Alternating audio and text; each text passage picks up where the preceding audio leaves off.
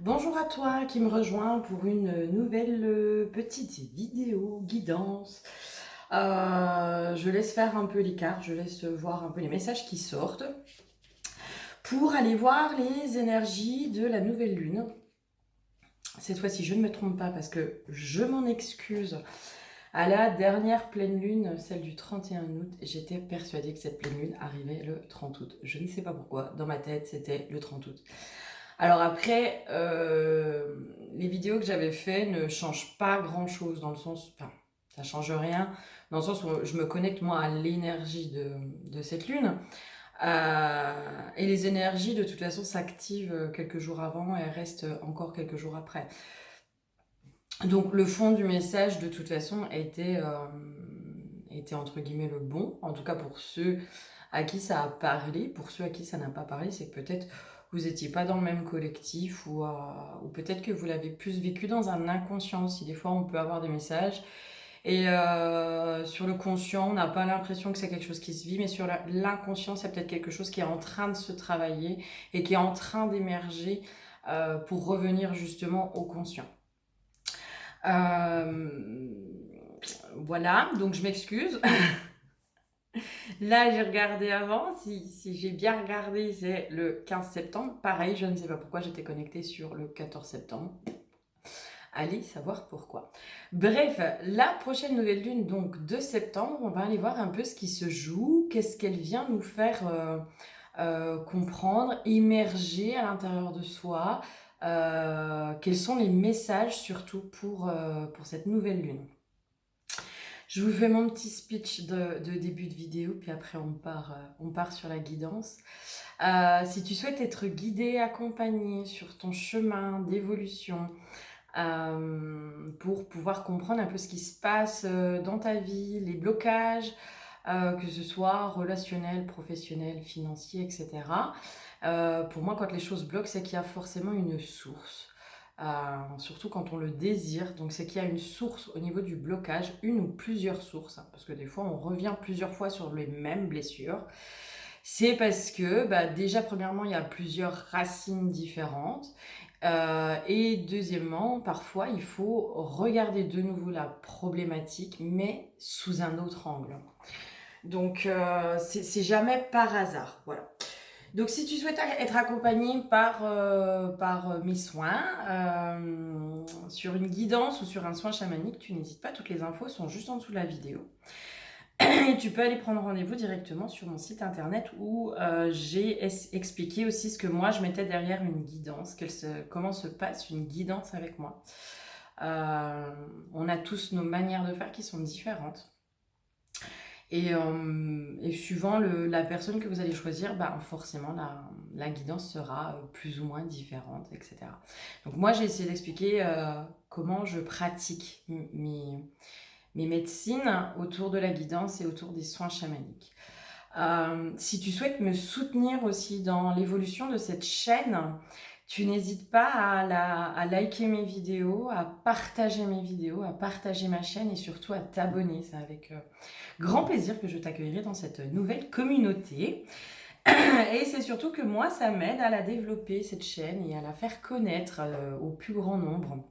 En tout cas, à ceux qui en ont besoin, qui ont besoin d'être un peu guidés, un peu parfois aussi, des confirmations sur nos ressentis. Parfois, ça fait du bien aussi de se dire je ressens quelque chose, mais j'arrive pas des fois à mettre les mots.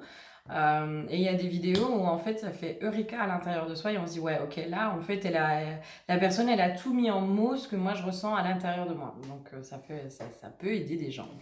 Donc je te remercie de partager et de m'aider à faire connaître ma chaîne. Voilà, voilà. Et je crois que aussi tu peux aussi me suivre sur les différents réseaux. Facebook, Instagram, TikTok. Pareil, tout est en dessous. J'ai mis les liens, donc tu peux aller voir. J'ai à la fois un groupe privé sur Facebook et à la fois une page professionnelle. Voilà, et si tu as besoin d'un peu plus de renseignements, tu n'hésites pas à m'écrire par mail. C'est avec plaisir que je te répondrai. Alors, les énergies de cette nouvelle lune. L'huile que j'ai piochée, c'est l'huile de l'éther. l'éther, je sais pas si tu vois, voilà. Alors, ça c'est pareil, les huiles, il faudrait que je vous mette le site, faut que j'y pense. Je vais vous mettre le site aussi où vous pouvez vous les trouver, les procurer, ces huiles-là. Moi, je les trouve géniales. Elles ont un coût à l'achat, mais franchement, elles durent super longtemps, quoi. Enfin, moi, ça fait depuis 2019 que je les ai. Il y en a qui sont un peu plus vides que d'autres, évidemment, mais c'est des huiles où tu as parfois juste besoin de les sentir, t'es pas obligé de les mettre sur ton corps, parfois juste de les sentir et de t'y connecter ou de l'avoir dans ta poche, ça peut aider. Les huiles, par exemple, par contre, de protection, purification, ça, c'est des huiles, moi, que je mettais dans mon seau de récurage. Voilà, pour la petite info, la petite anecdote. Je vais vous mettre le, euh, le site en dessous de la vidéo, il faut que j'y pense. Le tout, c'est d'y penser. Donc, l'huile de l'éther qui... alors, quand je vous dis le tout, c'est d'y penser, je pense... peut-être qu'il y a un manque. Alors moi, clairement, en ce moment, l'ancrage, il est compliqué. J'ai essayé de m'ancrer avant la vidéo et j'ai senti qu'il y avait quelque chose qui bloquait. J'ai discuté avec une copine.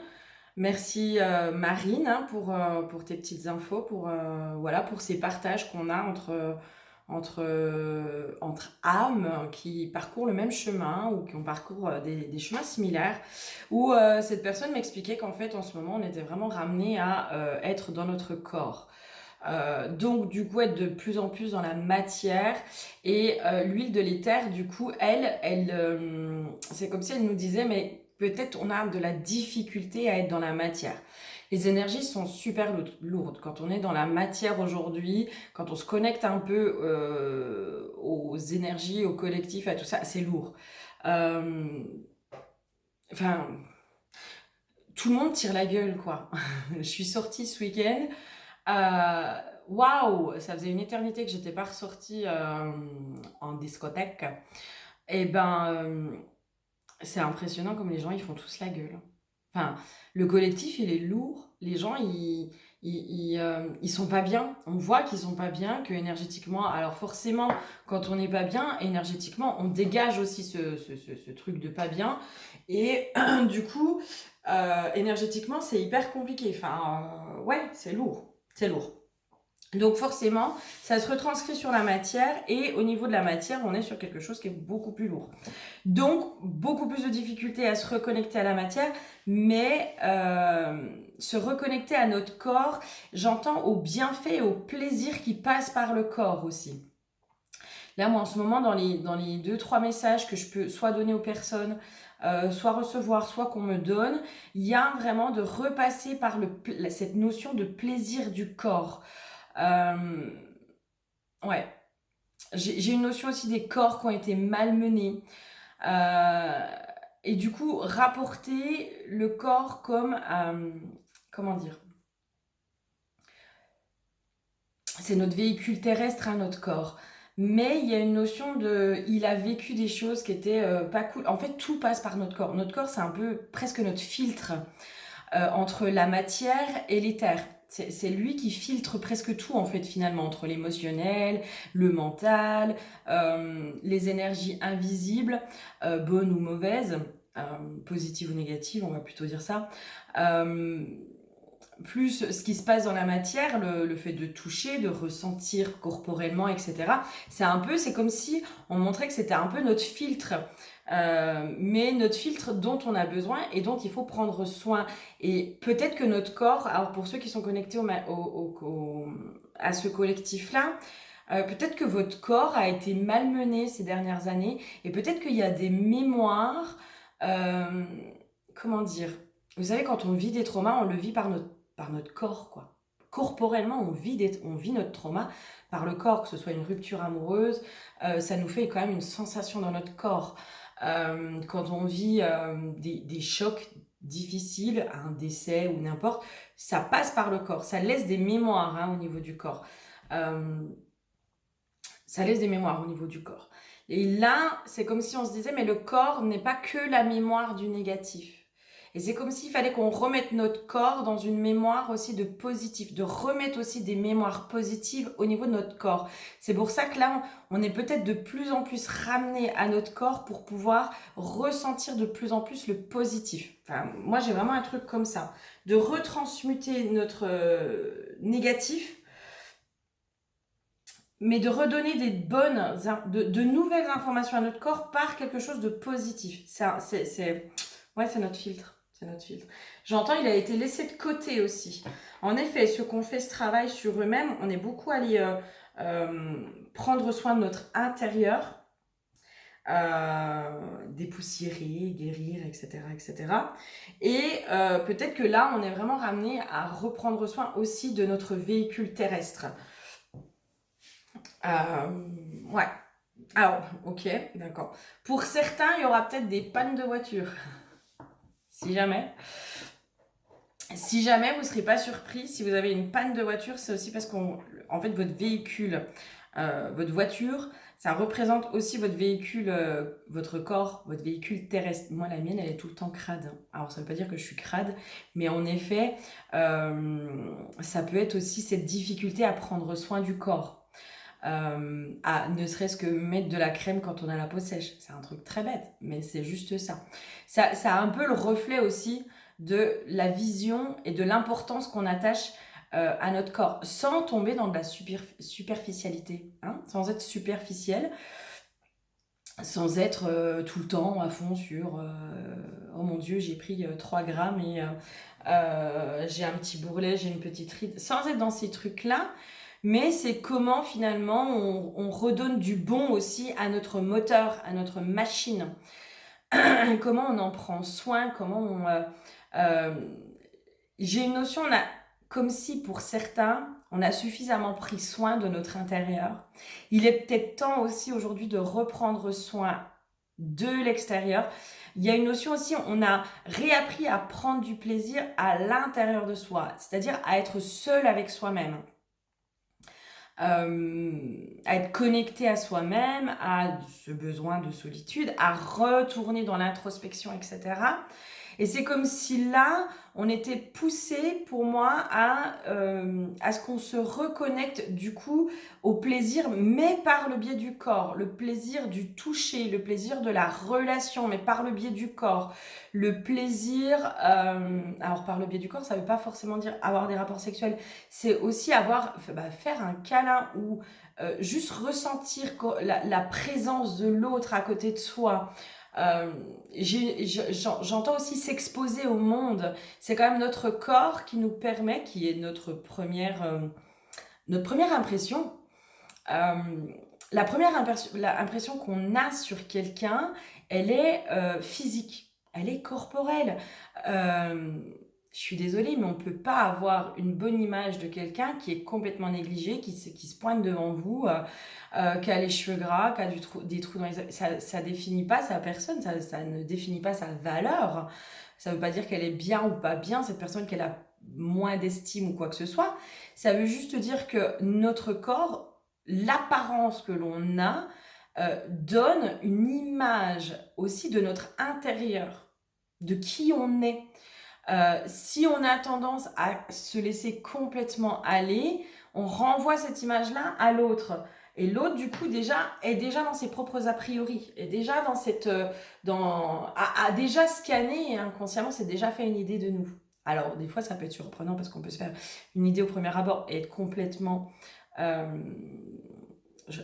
changer d'avis, mais je suis désolée, mais moi, quand vous sentez pas quelqu'un, il y a le côté énergétique, mais il y a aussi un côté physique. J'ai une notion aussi que le côté physique, ça peut aussi nous ramener au trauma.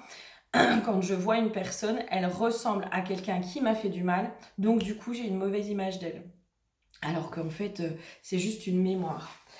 Le corps se souvient, hein. Il y a vraiment cette notion-là, le corps se souvient, et c'est comme s'il fallait aller reprendre soin de notre corps pour lui remettre aussi des bonnes mémoires, des mémoires positives, enfin quelque chose de positif. Ok, allez, quoi d'autre? C'est pour ça l'huile de l'éther, en fait, il y a peut-être cette difficulté aujourd'hui à se connecter à notre corps, et c'est comme si ça nous demandait un effort. J'ai vraiment cette notion-là aujourd'hui. où on est beaucoup plus appelé à aller forcément dans l'énergétique, enfin dans l'invisible, dans quelque chose de plus confortable, type méditation, enfin rêverie aussi, une notion de rêverie, aller un peu plus dans la rêverie, aller, mais qui du coup nous déconnecte du moment présent par le biais du corps. Ok, qu'est-ce qu'il y a d'autre? Ouais, c'est ça. Ok, pouvoir avoir cette connexion, comment dire? Quand on est ultra intuitif, on peut. Alors, il y a des gens qui sont très très très intuitifs, mais qui sont aussi du coup hyper perchés. C'est-à-dire qu'ils sont toujours la tête dans les étoiles. Mais ils connectent très très haut. Hein. Mais pour certains, il y a vraiment cette difficulté du coup à redescendre dans la matière, à revenir dans la matière. La matière est très compliquée. Énergétiquement, elle est... Alors, dans ce qui se passe aujourd'hui, hein, au niveau du collectif, on ne peut pas dire que c'est finger in the nose, loin de là. Mais énergétiquement, on ressent aussi corporellement toutes ces choses-là et notre corps, il en prend un coup. Là, c'est comme si on vous disait, mais de pouvoir vous connecter aussi très très haut par le biais aussi de votre corps, en redescendant dans la matière. J'ai une notion de plus on va redescendre aussi dans la matière, plus on va pouvoir monter haut. Plus on est ancré, on prend l'histoire de l'arbre. L'arbre qui est enraciné profondément, c'est aussi celui qui peut monter le plus haut au niveau du ciel. Mais c'est bien parce que c'est cet enracinement dans la terre qui lui permet justement de ne pas valdinguer au moindre coup de vent. Un arbre qui n'est pas très très bien enraciné, au moindre coup de vent, gros coup de vent, il va partir. Alors que quand il est bien enraciné dans la terre, il peut y avoir n'importe quelle tempête.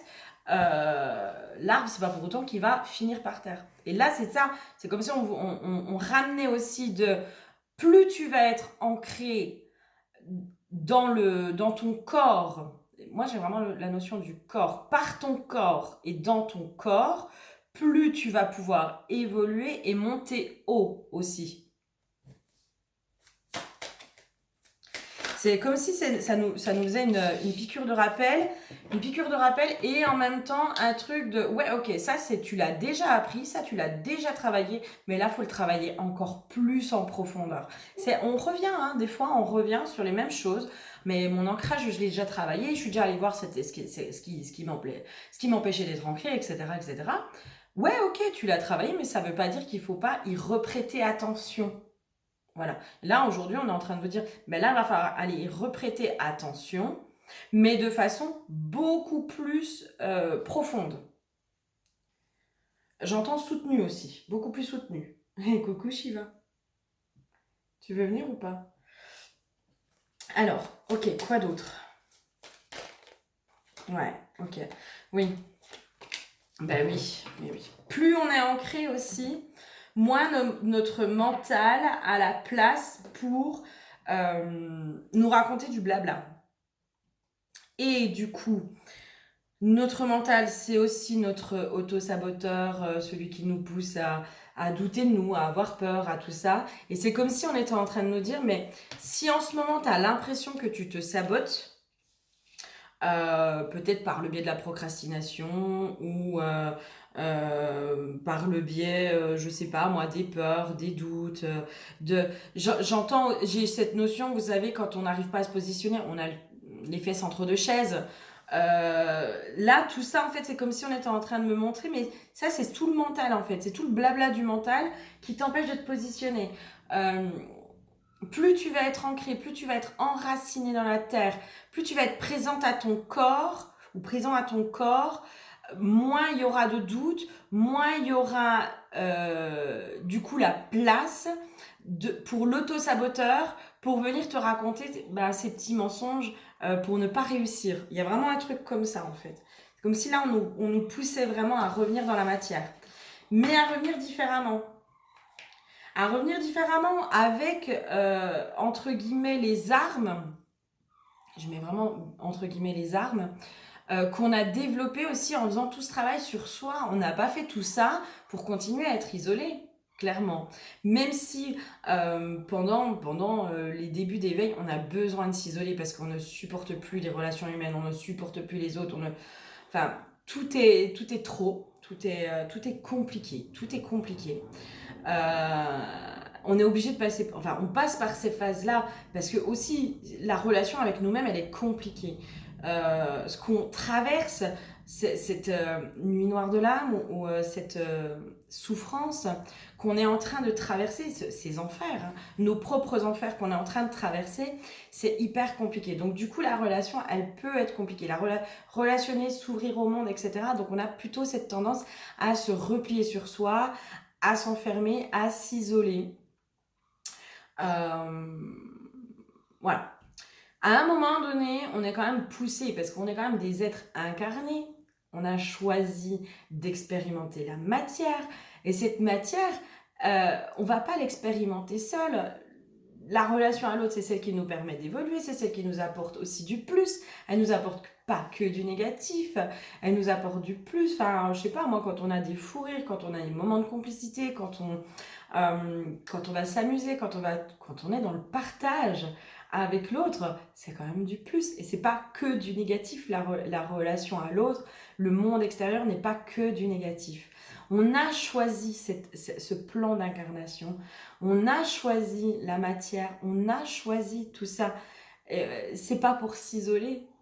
Mais aujourd'hui, je pense qu'une partie d'entre vous avait euh, les armes les armes pour aller réexpérimenter la matière, avec aussi cette possibilité de faire ce pas de côté, de voir les choses qui se jouent, de ne plus être atteint et heurté comme vous l'étiez auparavant. Et là, c'est peut-être aussi reprendre un peu plus confiance en vous par le biais de vous ouvrir de nouveau au monde. Par ce biais-là. Quoi d'autre? Qu'est-ce qui se passe d'autre? Cette nouvelle lune, qu'est-ce qu'elle vient nous dire, nous faire?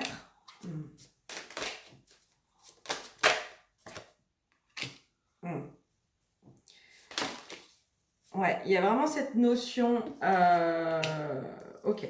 Alors, pour certains, il y a une notion. Tous ceux qui ont travaillé la notion de couple, de relations amoureuses, etc. Pour moi, il y a quelque chose en fait qui est clôturé à cet endroit-là. Enfin, je sais pas, il y a un truc qui se clôture. Il y a aussi peut-être une histoire aussi d'ouvrir les yeux sur là où on en est réellement dans la relation amoureuse. Il y a une notion comme ça. J'ai une notion de clôture au niveau de certaines blessures. Hein. On a des blessures qu'on est vraiment en train de clôturer en ce moment. C'est possible qu'on soit poussé à remettre un petit pied dedans, mais juste pour aller voir, vérifier. Je ne serais pas surprise qu'on ait des expériences qui se mettent un peu sur notre chemin. J'entends une notion de vérification pour vraiment nous montrer aussi notre évolution. Ok. Dans ce qui pouvait peut-être nous faire peur, de façon consciente ou inconsciente, parce que pour certains, j'ai l'impression que cette ouverture au monde ou à la relation, parce que le monde, c'est aussi la relation à l'autre, vous n'aviez pas conscience, ou vous n'avez pas encore conscience que derrière aussi, il y a une peur qui est beaucoup plus profonde, j'entends. Et c'est comme si là, il y avait quelque chose qui allait être réveillé, révélé aussi à vous. Il y a des prises de conscience, il y a une révélation sur le pourquoi vous avez aussi peur du monde extérieur. Et pour certains aussi peut-être de la relation amoureuse. C'est en lien, c'est en lien. Quand on a peur du monde extérieur, j'ai vraiment cette notion qu'on peut avoir peur aussi du coup de la relation amoureuse. Parce que la relation amoureuse, elle vient nous heurter, elle vient dans notre profonde intimité, normalement. Normalement. Elle vient heurter toutes nos parts fragiles aussi. Dans une relation amoureuse, on montre, on est censé à un moment donné pouvoir se révéler dans notre vulnérabilité, dans notre fragilité, dans nos défaillances, dans dans nos empêchements, dans nos croyances, qui sont parfois pas les mêmes que l'autre, qui peuvent venir un peu chahuter, heurter, questionner, qui peuvent venir faire des choses qui viennent un peu nous chatouiller. La relation à l'autre, elle vient forcément nous chatouiller. Soit elle nous apporte du positif, et c'est évolutif et tout ce qu'on veut, mais c'est jamais toujours confortable. Enfin, sinon ça se saurait, ça se saurait. L'autre, dans qui il est, ben, il y a des fois des choses qui nous dérangent, qui nous chatouillent, qui nous heurtent plus que d'autres, c'est logique. Et là, c'est comme s'il y avait il y avait quelque chose qui était révélé, qui pour moi, il y a un parallèle entre l'ouverture sur le monde et la relation amoureuse. Il y a un lien entre les deux. On va aller voir c'est quoi ce lien entre les deux.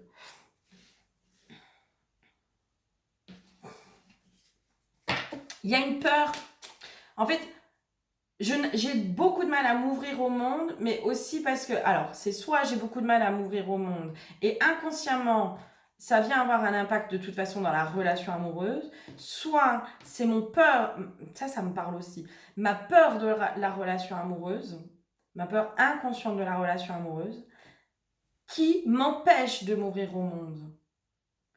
Parce que concrètement, si inconsciemment vous avez peur de la relation amoureuse, si vous vous révélez au monde, si vous révélez qui vous êtes au monde, vous attirez aussi possiblement la relation amoureuse, puisque vous vous exposez. Donc vous vous exposez à ça aussi. Et là, pour moi, il y a peut-être une peur beaucoup plus profonde. Et ça me parle beaucoup plus dans ce sens-là, parce que j'ai peur inconsciemment de la relation amoureuse, il y a quelque chose de cet ordre-là. Et bien du coup, j'ai du mal à m'ouvrir au monde. Parce que si je m'ouvre au monde, je vais attirer à moi la bonne personne ou une relation amoureuse. La bonne personne, en fait, tous vos ex ont été la bonne personne. Hein. Qu'on remette aussi les choses en ordre. Tous vos ex-partenaires ont été la bonne personne à ce moment-là. Mais la bonne personne aussi, des fois, pour révéler ces blessures qui sont à l'intérieur de vous, révéler ces mécanismes, etc. Hein, c'est pas parce que ça s'est mal fini que c'était pas la bonne personne. À cet instant-là, c'était la bonne personne. Ok, j'aimerais bien en savoir un peu plus là sur ça, les blocages. Qu'est-ce que ça vient révéler aussi? Cette peur, du coup, de l'amour. Parce que moi, là, la carte là, c'est aussi la carte de la fidélité. Il y a aussi peut-être un lien mère-fille. Alors, pourquoi ça vient là-dedans? Ah! Ok, pour certaines,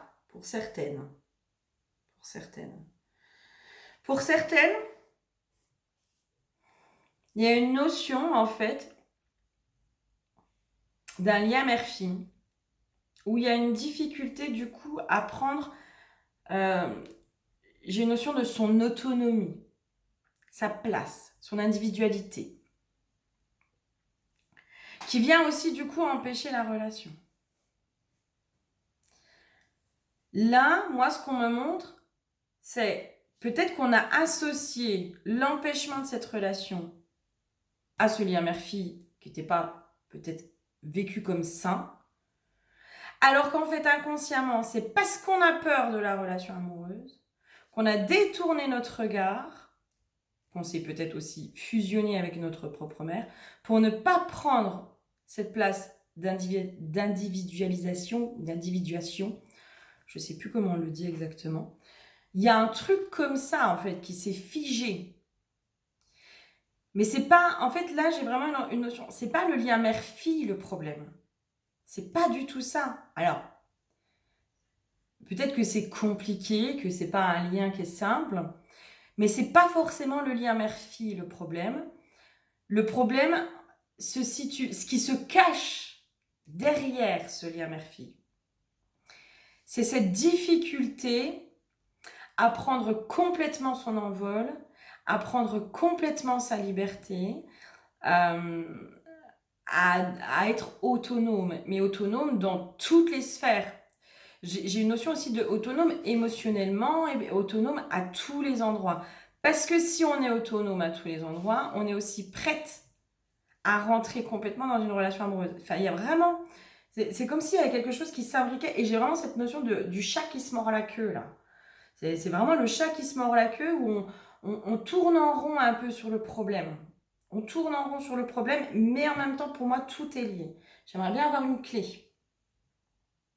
Une clé de compréhension, une clé de libération. Une clé autour de ça. Ok, bah celui-là. J'aimerais bien avoir une clé autour de ça.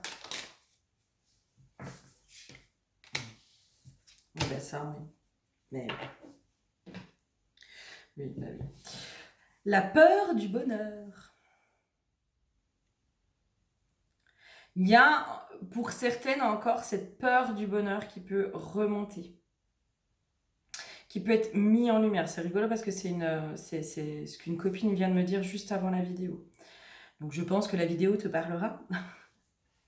La peur du bonheur. Mais sous toutes ses formes, en fait, pas que dans le couple, en fait.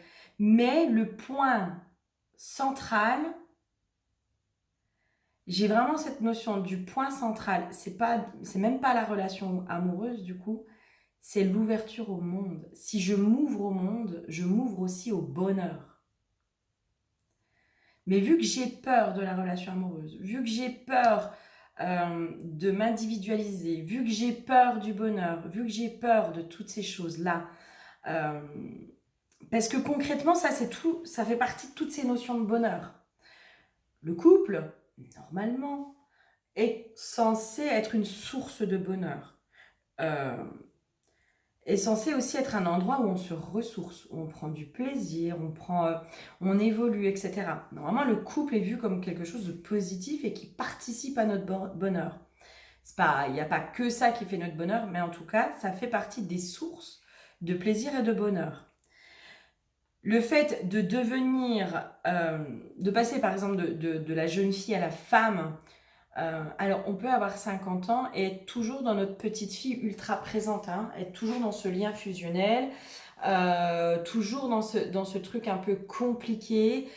Finalement, je vous donne juste un exemple. Quand vous avez une décision à prendre, est-ce que l'avis de votre maman est important ou pas? C'est très con, hein? Mais ça, c'est la petite fille qui va chercher l'approbation aussi de la maman, qui va chercher les conseils, qui va chercher tout ça. C'est pas forcément la femme. La femme, elle prend ses propres décisions, elle n'a pas besoin d'avoir l'approbation ou quoi que ce soit de sa maman. D'accord?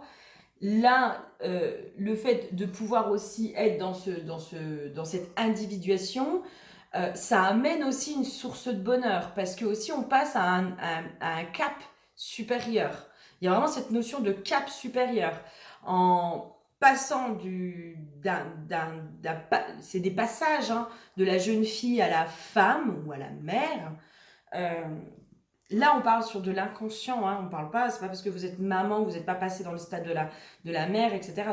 Si vous penchez sur les archétypes féminins, on les a tous les quatre, nos archétypes. Mais c'est comme s'il y avait c'est rigolo, hein, parce que voilà, on en a parlé encore cet après-midi. Marine et Clara, petit coucou, hein, parce que enfin moi ça me fait trop rire. Les rites de passage. Les rites de passage, c'est des choses qu'on ne fait plus dans notre société. Et pourtant, ils ont quand même cette importance. Cette importance où, par exemple, c'est la mère qui va aussi accompagner sa fille en tant que femme, qui va lui faire aussi ses rituels, qui va l'accompagner là-dedans avec des actes qui sont hyper symboliques, etc. etc. On revient un peu sur les rituels aujourd'hui au niveau des grossesses et au niveau des deuils. Là, on est sur des rituels qui sont un peu plus ancrés. Mais dans toutes nos phases de vie, entre la naissance et la mort, finalement, il n'y a pas de rituel. Si on ne se marie pas, il n'y a pas de rituel du passage du père à l'homme, etc. Mais pourtant, c'est des rituels qui sont importants aussi, qui viennent marquer quelque chose et qui viennent aussi possiblement casser certaines loyautés. je, je pars dans tous les sens, mais voilà, je pense que c'est important aussi d'avoir ces notions-là. Et là, pour moi, dans cette histoire d'individuation, de se dire, ben, je, je prends complètement mon envol, je suis maîtresse aussi de mon bonheur, et du coup, je ne peux plus accuser ma mère ou ce lien mère-fille. Je peux plus être dans l'accusation de ci ou de ça qui m'empêche de... Parce que finalement, inconsciemment, c'est moi qui veux pas aller prendre cette place. C'est moi qui veut pas passer au statut de la femme et du coup me dégager complètement de ce lien et du coup me sentir comme un être à part entière, en dehors de mes parents, en dehors de ma lignée, en dehors de tout ça. Ça fait partie de moi, mais ce n'est pas tout, enfin, en totalité moi. Et du coup, la peur du bonheur. Et pour moi, je serais pas surprise qu'il y ait une blessure sur la nouvelle lune qui remonte et qui vienne du coup mettre en lumière tout ça, qui vienne un peu euh, nous faire comprendre à quel point on se sabote dans cette notion de bonheur, dans cette notion d'être maître de sa vie et maître de son bonheur. Est-ce que c'est vraiment une peur du bonheur? Alors, la peur, je sais pas si c'est vraiment la peur du bonheur. Euh, J'aimerais bien un peu plus. Mais moi, ce qui me vient, c'est plutôt la peur d'être créateur de son bonheur. Tant qu'on est relié à nos parents, finalement, c'est eux qui ont le pouvoir. Quand on est enfant, c'est quand même nos parents qui nous rendent heureux. C'est eux qui ont en main euh, les clés de notre bonheur, de notre sécurité, qu'elle soit émotionnelle, affective, physique, matérielle, etc. C'est eux qui ont ça. En ne voulant pas couper inconsciemment avec la figure d'attachement, donc la mère, le père, la famille, les parents, c'est aussi qu'on refuse inconsciemment de prendre notre bonheur en main. Parce que du coup, notre bonheur est encore dans les mains de nos parents. Putain, ça c'est une putain de clé. Waouh, merci. Hein. Euh, En fait, c'est comme s'il fallait aller récupérer cette clé du bonheur qui était à nos parents au début, évidemment. Évidemment, parce que quand on est enfant, on peut pas être... on peut pas être responsable de notre bonheur. C'est pas possible, on peut pas aller travailler, on peut pas.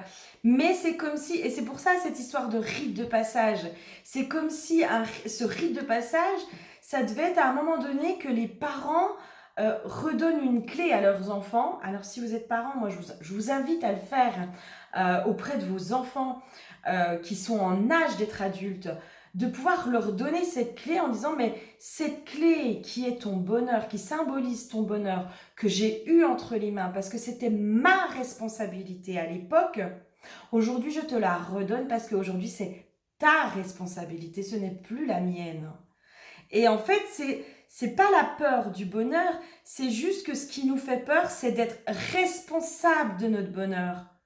Parce qu'on a remis cette responsabilité de façon inconsciente à nos parents pendant tellement longtemps. Si ça va pas, c'est à cause de mes parents. Waouh, merci pour la clé. Alors, il y a un fond, bien sûr, de vérité, de euh, bien sûr que notre enfance, elle nous a conditionnés de machin, de trucs. Bien sûr, c'est évident.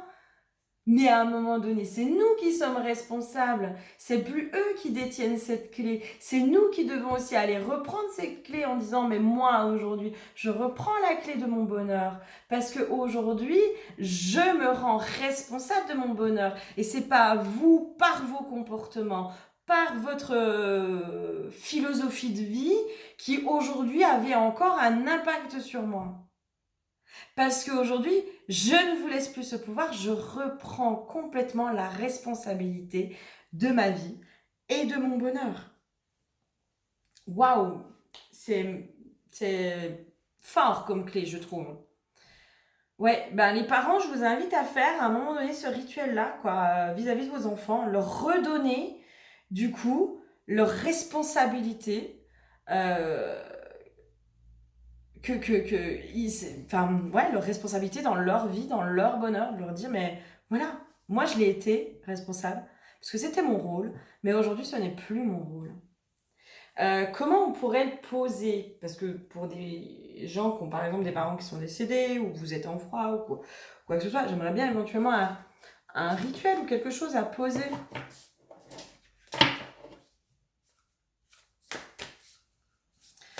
Comment ça pourrait se poser un peu?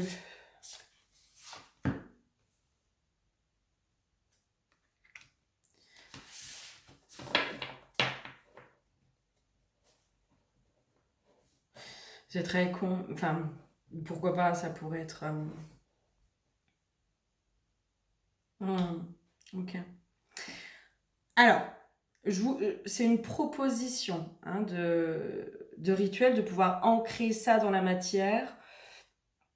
C'est comme s'il fallait planter quelque chose qui va venir symboliser votre bonheur. Soit vous plantez une graine, soit vous plantez, soit c'est une plante, une fleur, peu importe. Euh, mais vraiment dans cette symbolique, ça c'est vous qui reprenez en main votre bonheur. Et c'est comme si cette graine qui va venir symboliser votre responsabilité, votre bonheur, votre vie, votre tout ça, il fallait aller aussi en prendre soin de cette graine et le faire en conscience. De dire, mais moi, je prends soin de cette graine comme je prends soin de mon bonheur, de ma vie, de mes plaisirs, de toutes ces choses-là. C'est une invitation, d'accord? Vous n'êtes pas obligé de le faire, essayez de voir, vous, comment vous pouvez le poser. Mais déjà, juste cette prise de conscience, de vous dire, mais en fait, mes parents aujourd'hui ne détiennent plus la clé de mon bonheur. Parce qu'aujourd'hui, je peux aller moi la récupérer de façon aussi énergétique. Aller visualiser aussi cette clé. Moi, j'aime bien poser les choses dans la matière. À un moment donné, quand on pose les choses dans la matière, ça veut dire qu'on veut aussi les ancrer dans la matière. C'est pour ça, d'où l'importance de poser des rituels dans la matière pour que ça redescende. Des fois, la prise de conscience n'est pas suffisante. Il faut un rituel pour l'ancrer dans la matière. Euh, mais il y a un truc comme ça. Je sens qu'il y a encore une clé à avoir.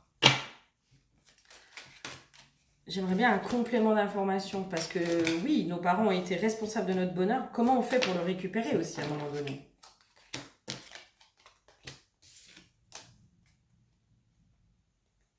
Ah, ok. Ouais, ça me parle. Ouais, ça me parle.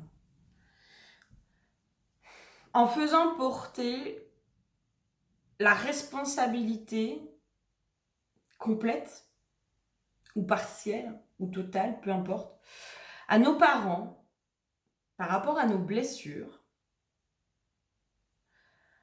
c'est comme si on maintenait du coup cette clé. Je sais pas si c'est clair ce que je veux dire, mais je vais essayer de m'expliquer. Nos parents, ils ont la clé de notre bonheur.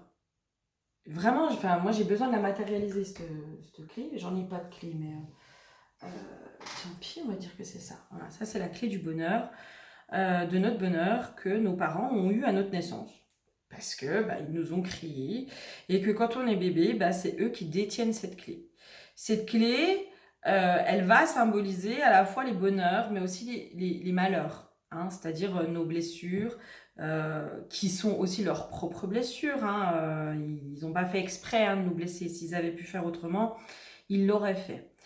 Euh, ils ont fait que reproduire certains schémas, ils ont fait que exprimer aussi leurs propres blessures, etc.